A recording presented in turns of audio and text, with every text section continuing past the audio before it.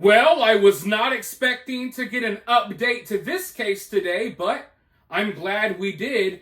Do any of you all remember the story about the three Kansas City Chiefs fans that were found frozen to death in one of their friends' backyards? You know, their friend survived somehow, I don't know, but his other friends were frozen, solid, dead in his backyard for days, and he claimed that he had no idea. Family members were banging on his door, calling him over and over. He wouldn't answer. Finally, once he did come to the door, he acted as if he had been asleep for like 3 days and said that he had no knowledge of the fact that his other friends were just frozen in his backyard. Well, a lot of people kind of got on to me about that case because I thought it was kind of clear that the friend who was still alive, that was not answering the doors for days on end, as his friends lie dead in the backyard, I thought it was kind of obvious that he was guilty of something. But nothing was proven, at least at the time.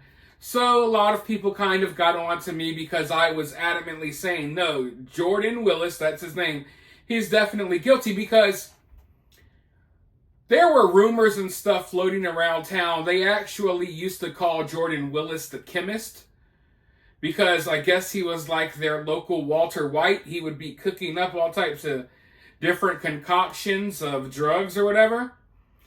And I mean, I never fully bought his story that he just had no idea about anything that was going on. I still to this day don't buy his story. And now it was just announced not that long ago that he's been charged with manslaughter, 3 counts, involuntary manslaughter.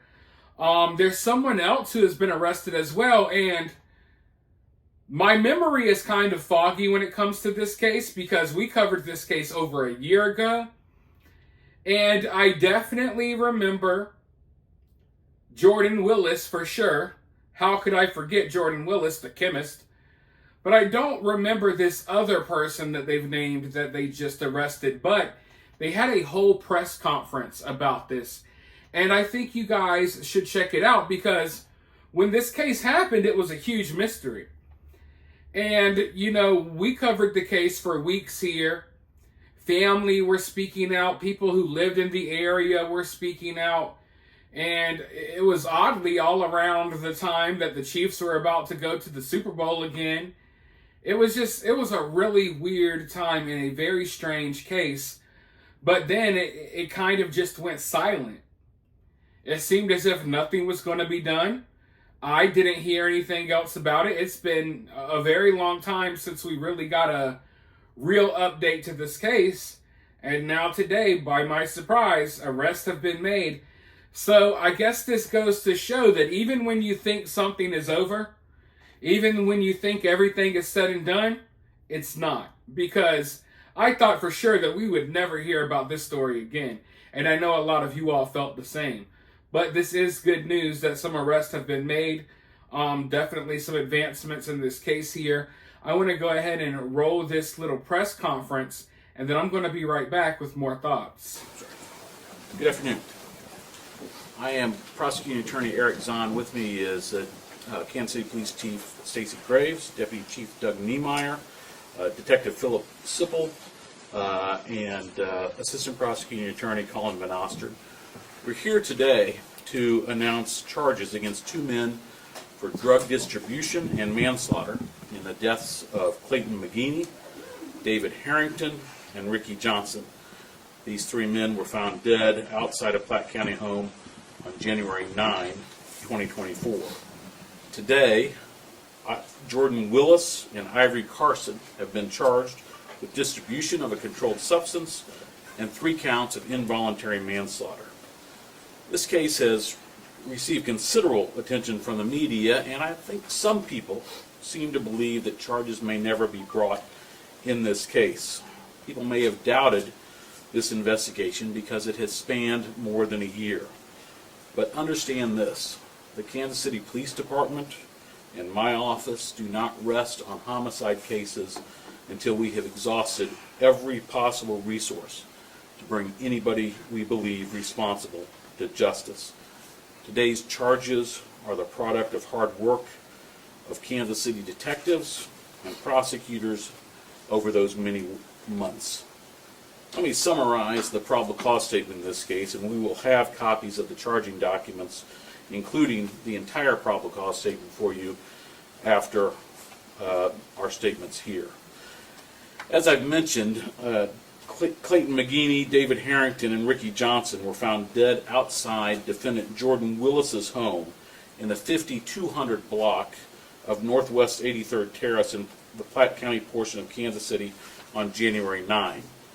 Mr. McGeeney's fiance told police that Mr. McGeeney, Mr. Harrington, and Mr. Johnson had gone to Mr. Willis's home to watch the Kansas City Chiefs football game on January 7th. When she could not contact Mr. McGeeney, she went back to the home on January 9th and found at least one person dead on the back patio. Temperatures had dropped below freezing the night of the Chiefs game. Officers with the Kansas City, Missouri Police Department responded to that scene and found Mr. McGeeney, Mr. Harrington, and Mr. Johnson's bodies in the backyard of the home. Detectives then obtained consent to search the home. They found 2 plastic bags containing white powdery substances. The bags were tested by the Kansas City, Missouri Police Crime Laboratory. One of those bags contained cocaine, and the probable cause statement alleges that Mr. Willis was determined to be the major contributor of DNA found on that bag. The other bag contained fentanyl, and the probable cause statement alleges that Mr. Carson was determined to be the major contributor of DNA on that bag. The probable cause statement also recounts the statement of a witness who said he was at Mr. Harrington's home with Mr. Harrington, Mr. McGeeney, Mr. Johnson, and the defendant, Mr. Willis, the night of the football game, where he saw a large plate of cocaine allegedly supplied by Mr. Willis that everyone was using. The witness said Mr. McGeeney, Mr. Harrington, and Mr. Johnson were going to Mr. Willis's home after the football game. Another witness said he was with Mr. McGeeney, Mr. Harrington, Mr. Johnson, and Mr. Willis at Willis's home later that night on January 7th, where they drank, smoked marijuana, and used cocaine. That witness left shortly before midnight. Data recovered from Mr. Harrington's phone allegedly contains text messages between Mr. Harrington, Mr. McGeeney, Mr. Johnson, Mr. Willis, the defendant, Mr. Carson, and others consistent with the purchase and use of cocaine. The messages allegedly indicate that Mr. Carson supplied Mr. Harrington with cocaine.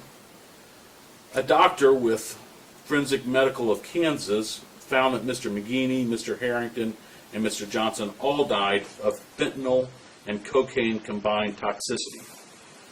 Mr. Willis and Mr. Carson are both charged with a single count of delivery of a controlled substance and 3 counts of involuntary manslaughter for recklessly causing the deaths of Mr. McGeeney, Mr. Harrington, and Mr. Johnson. Each of those charges carries a maximum penalty of 10 years in prison. Mr. Carson is in the Platte County Jail in lieu of a $100,000 cash bond. We have been told that Mr. Willis is going to surrender himself on the warrant issued for his arrest and that he will post a $100,000 cash bond.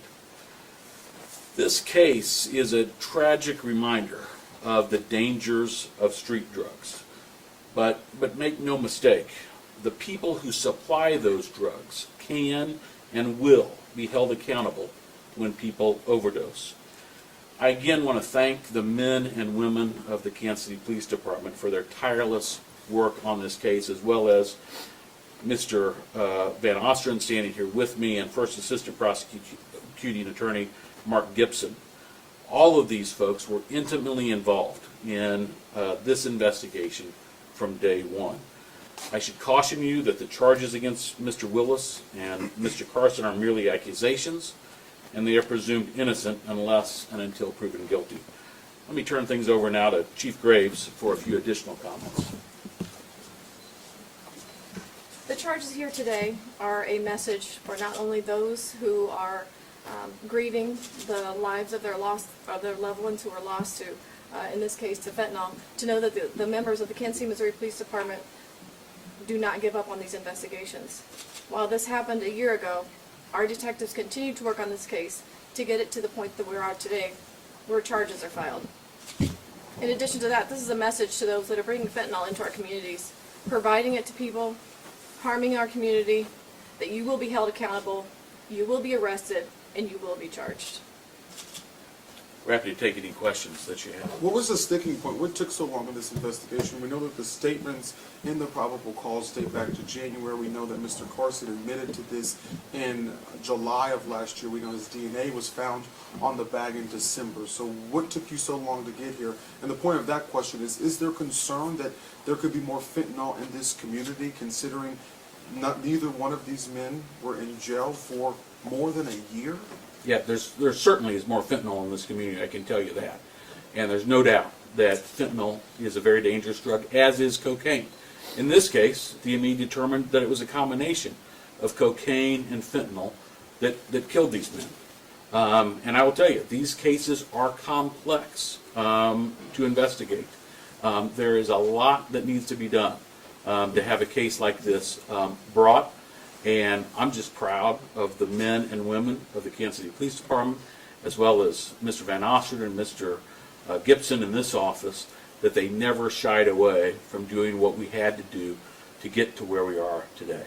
Again, if you just answered my question, I said, what took so long? There was DNA that responded to these inquiries that you asked in December. That's almost 4 months ago. This was December 12th, you got that back.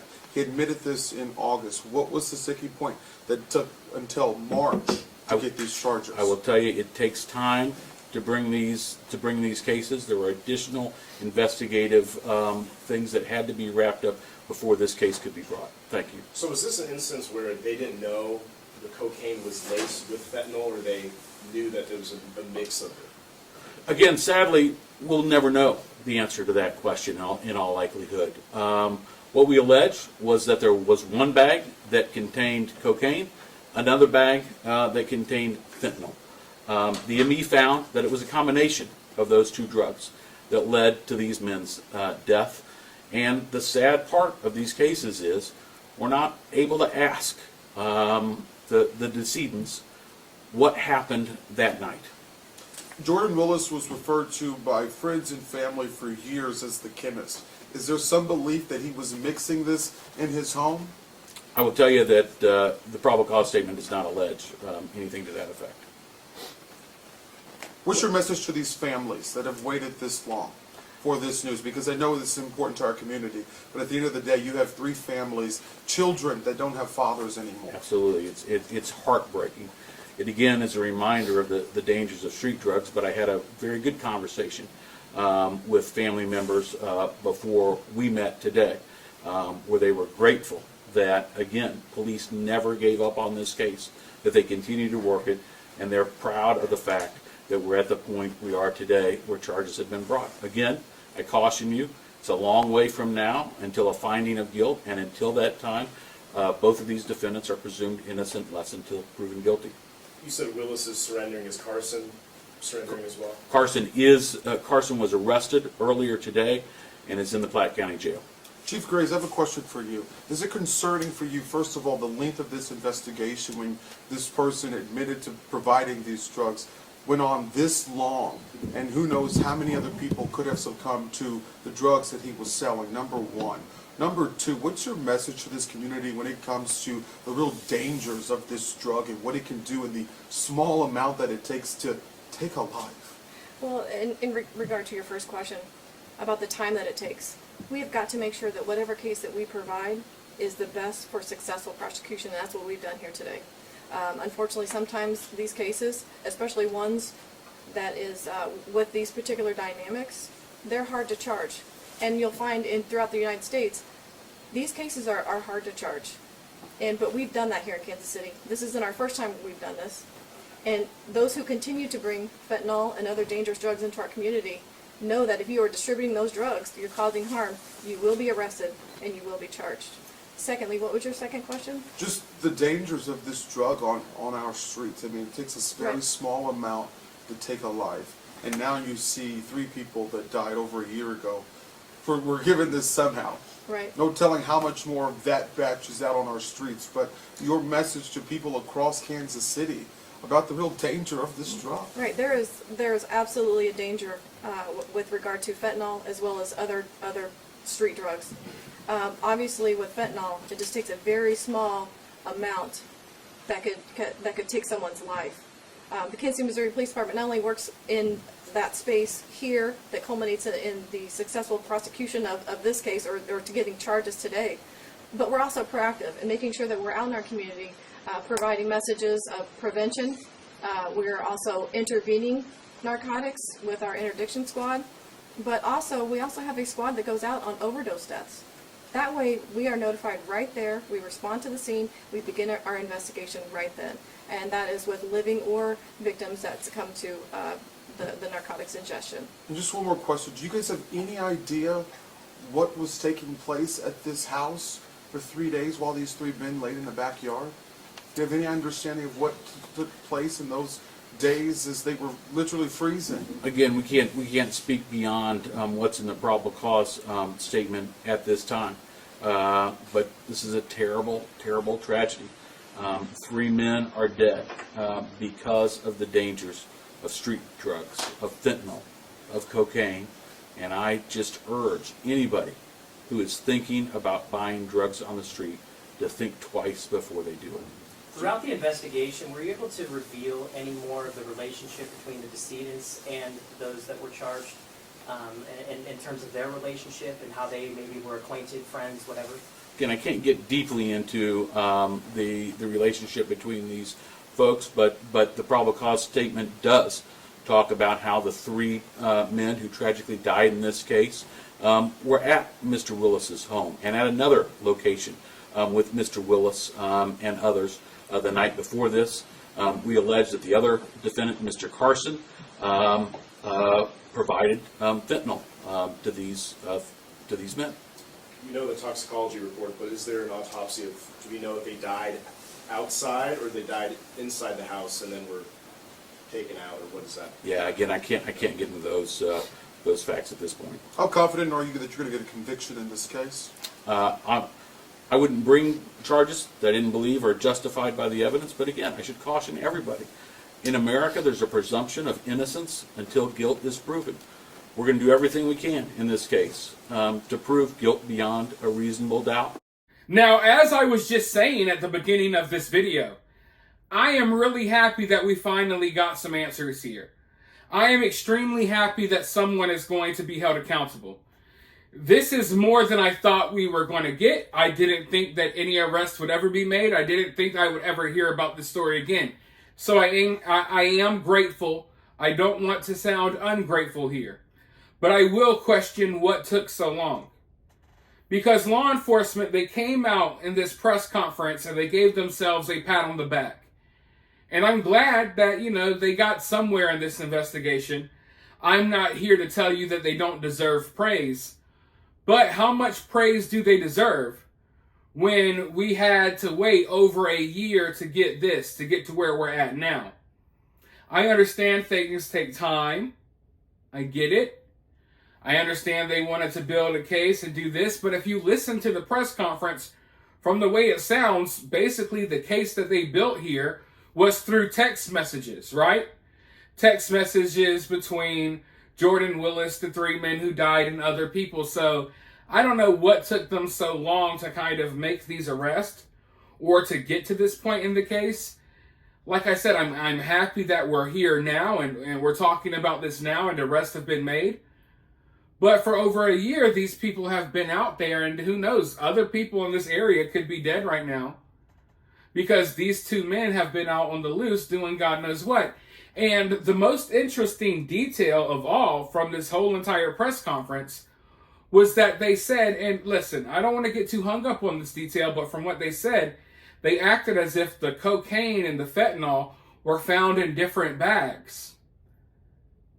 So usually, from my understanding, I don't do any of this stuff, but from my understanding, fentanyl is usually cut into the cocaine. So I would assume that they were doing cocaine and it turned out there was some fentanyl in it and that's what killed them.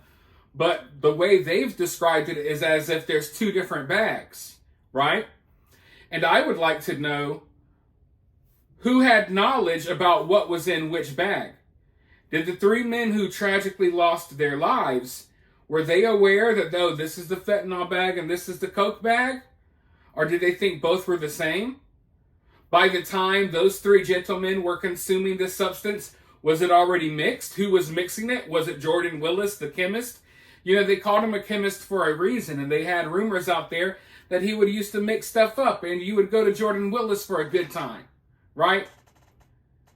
So, I don't know. The substances being in different bags instead of mixed together, that is kind of weird to me.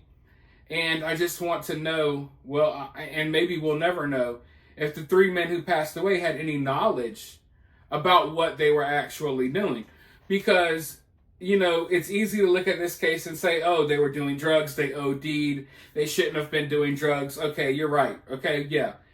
But did they know what substances they were doing?